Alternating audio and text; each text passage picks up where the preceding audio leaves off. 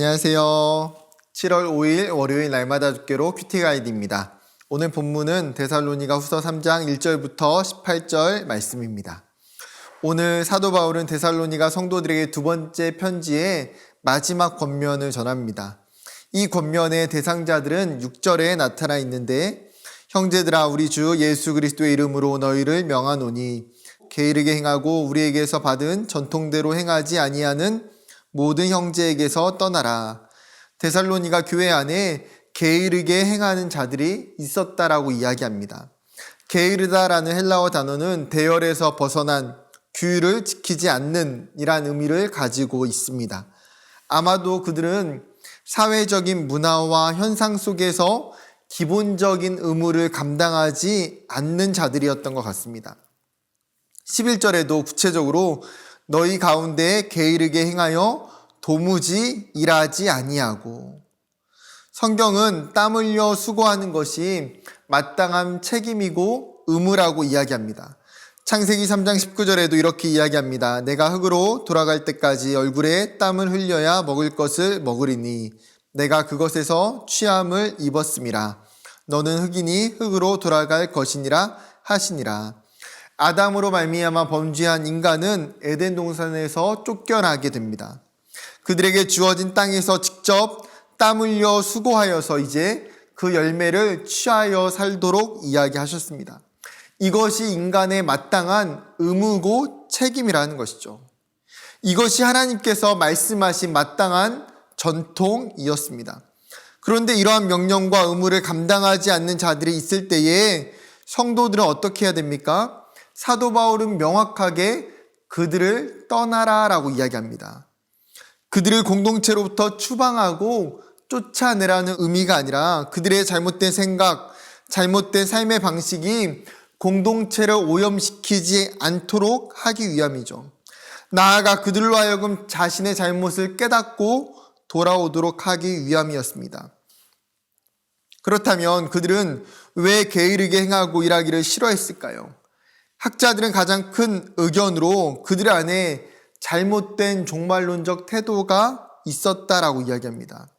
지금 이미 데살로니가 교회와 성도들은 예수 그리스도의 재림과 부활에 대한 신앙이 있는 사람들이었습니다. 초대교회 성도들이 대부분 그러했듯이 그들은 예수 그리스도의 재림이 임박하게 올 거라고 믿었습니다. 그런데 이런 임박한 재림에 사로잡혀 있는 사람들 중에는 자신의 직업을 포기하기도 하고 열심히 일할 필요가 없다라는 생각을 가진 자들이 있었습니다. 어차피 예수님이 오시면 우리는 이제 이 땅을 떠나게 되기 때문에 이 땅에 대한 소망을 일찍 포기해 버리는 거죠. 이는 주님의 재림을 기다리는 성도들의 바른 태도가 아니었습니다. 오히려 어떻게 해야 됩니까? 주님이 재림하시는 그날까지 최선을 다해서 주님이 맡겨주신 일과 가정과 사명을 완수해야 하는 것이죠. 주님의 재림이 다가온다고 해서 내가 해야 할 일이 면제되는 것은 결코 아니라는 사실입니다. 사도 바울은 이런 게으른 자들을 향해 회개를 촉구합니다. 그러면서 그들에게 자신과 동역자들에 대한 이야기를 전해주죠. 7절부터 9절입니다. 어떻게 우리를 본받아야 할지를 너희가 스스로 아나니 우리가 너희 가운데서 무질서하게 행하지 아니하며 누구에게서든지 음식을 값없이 먹지 않고 오직 수고하고 애써 주야로 일함은 너희 아무에게도 폐를 끼치지 아니하려 함이니 우리에게 권리가 없는 것이 아니요 오직 스스로 너희에게 본을 보여 우리를 본받게 하려 함이니라. 사도 바울 일행은 데살로니가 교회에서 무질서하게 게으르게 행하지 않았다라는 것입니다. 아무에게나 양식을 대가 없이 얻어먹은 일이 없고 도리어 데살로니가 교회의 짐이 되지 않기 위해서 그들은 밤낮으로 열심히 일하여 필요한 재정을 충당했습니다. 사실 사도 바울 일행에게는 이것이 결코 쉬운 일이 아니었습니다. 복음을 증거하고 말씀을 가르치고 사람들을 전도하고 양육하는 것만 해도 너무나 큰 사역이고 많은 시간이 필요로 했습니다. 데살로니가 성도들에게 그들의 필요한 재정을 요구할 충분한 권리가 그들에게는 있었습니다. 말씀을 전하고 교회를 돌보는 것은 정당한 권리이기 때문이죠. 그런데 바울이 왜 마땅한 권리를 포기하고 밤낮으로 일하고 수고한 것입니까? 9절, 우리를 본받게 하려 함이니라. 스스로 신앙이 약하고 어린 데살로니가 성도들을 위한 바울 일행의 정말 깊은 배려이었습니다.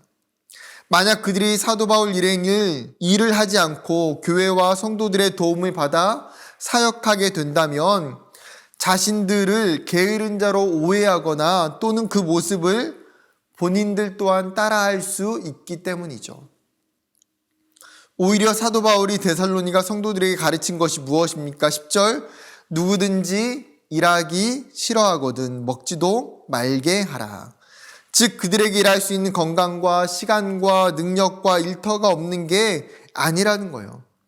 충분히 가능함에도 불구하고 일하지 않고 누군가의 도움을 받아 살아가려는 것은 성경적이지 않은 행동이라고 이야기합니다. 그렇게 스스로 땀 흘려 일하고 수고하라는 것이죠. 12절도 다시 한번 명확하게 이야기합니다. 이런 자들에게 우리가 명하고 주 예수 그리스도 안에서 권하기를 조용히 일하여 자기 양식을 먹으라 하노라. 일하지 않고 다른 사람들에게 잘못된 생각과 이야기를 전하는 자들, 잘못된 이야기로 일을 만들어내는 그들에게 뭐라고 이야기합니까? 조용하라고 이야기하는 거예요. 이것을 잘못된 생각을 전하지 않는 것뿐만 아니라 그들 안에 가지고 있는 잘못된 종말론적 태도를 지금 가라앉히라는 거예요. 그리고 스스로의 힘으로 수고하여 자기의 양식을 삼아 먹으라고 이야기합니다. 사도 바울은 오늘 본문을 통해서 우리에게 중요한 메시지를 전해주고 있습니다. 그것은 바른 성경적인 노동관입니다.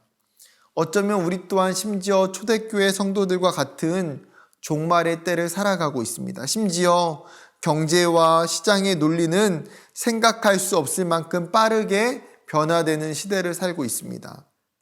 세상은 일하지 않고 부자가 되고 편하게 먹고 사는 방법에 대해 이야기합니다. 누구나 손쉽게 돈을 벌 수 있다고 유혹합니다. 우리는 데살로니가 교인들보다 더 게으르고 무질서하게 살기 쉬운 시대를 살아가고 있는 것이죠. 그럴 때 성경이 무엇을 이야기합니까? 땀 흘려 수고하고 자기 양식을 먹으라 이야기합니다. 하나님은 우리에게 수고함의 기쁨, 땀 흘림의 소중함을 허락해 주셨습니다. 때로는 그것이 힘들고 어려운 일임에 분명하죠. 그러나 나에게 허락된 직장과 직업을 통해서 우리는 귀중한 소명의식을 가질 수 있습니다. 그리고 내가 수고한 대가를 통해 우리의 가정의 필요가 채워지고 유지되는 기쁨을 누릴 수 있습니다. 사도 바울은 데살로니가 성도들의 교육을 위해 그들의 신앙을 위해서 마땅한 권리까지도 포기하고 직접 롤 모델이 되었습니다.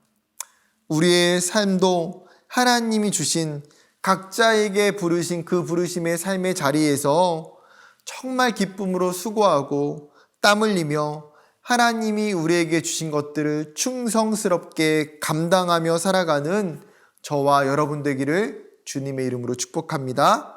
감사합니다.